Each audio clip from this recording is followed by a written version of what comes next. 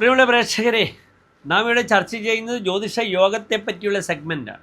നാം സാഖ്യയോഗങ്ങളെപ്പറ്റി വളരെ വിശദമായി സവിസ്തരം പ്രതിപാദിച്ചു കൊണ്ടിരിക്കുന്നു. ഇനി അവസാനത്തെ 2 യോഗങ്ങളെപ്പറ്റിയാണ് നാം ചർച്ച ചെയ്യേണ്ടത്. ഇവിടെ അവസാനത്തെ യോഗത്തിന് മുൻപുള്ള തൊട്ട് മുൻപുള്ള യോഗം, ആ യോഗത്തിൻ്റെ പേര് യുഗയോഗമെന്നാകുന്നു. യുഗയോഗം. ഇവിടെ രാഹുകേതു ഒഴിച്ചുള്ള സപ്തഗ്രഹങ്ങളും 2 രാശികളിലായി വന്നാൽ അതാകുന്നു യുഗയോഗം.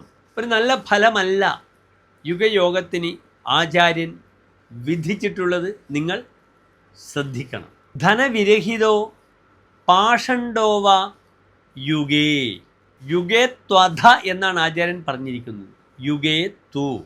യുഗയോഗം വരികയാണെങ്കിൽ ധനവിരഹിത, ധനേന വിരഹിത, ഇദ്ദേഹത്തിന് സാമ്പത്തികം ഒരിക്കലും ഉണ്ടാവുകയില്ല. സമ്പത്ത് കൈവിട്ട് പോകുന്ന വ്യക്തിയായിരിക്കും, ദരിദ്രനായിരിക്കുമെന്ന് സാരം. പിന്നീട് പറഞ്ഞിരിക്കുന്നത് പാഷാണ്ഡഹ എന്നാണ്. ഇദ്ദേഹം നാസ്തികനായിരിക്കും.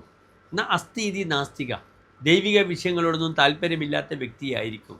അതിനാൽ പലപ്പോഴും ആ നാസ്തിക സ്വഭാവം അദ്ദേഹം പ്രകടിപ്പിക്കും. ധനവുമില്ല, അസ്തിത്വത്തെ അംഗീകരിക്കുകയില്ല. അസ്തിത്വത്തെ അംഗീകരിക്കാത്ത ആളാണ് നാസ്തികൻ. അസ്തിതി നാസ്തിക. അതിനാൽ നാസ്തികനും ധനരഹിതനുമായി തീരുന്ന യോഗമാകുന്നു യുഗയോഗം. നിങ്ങൾ ശ്രദ്ധിക്കണം.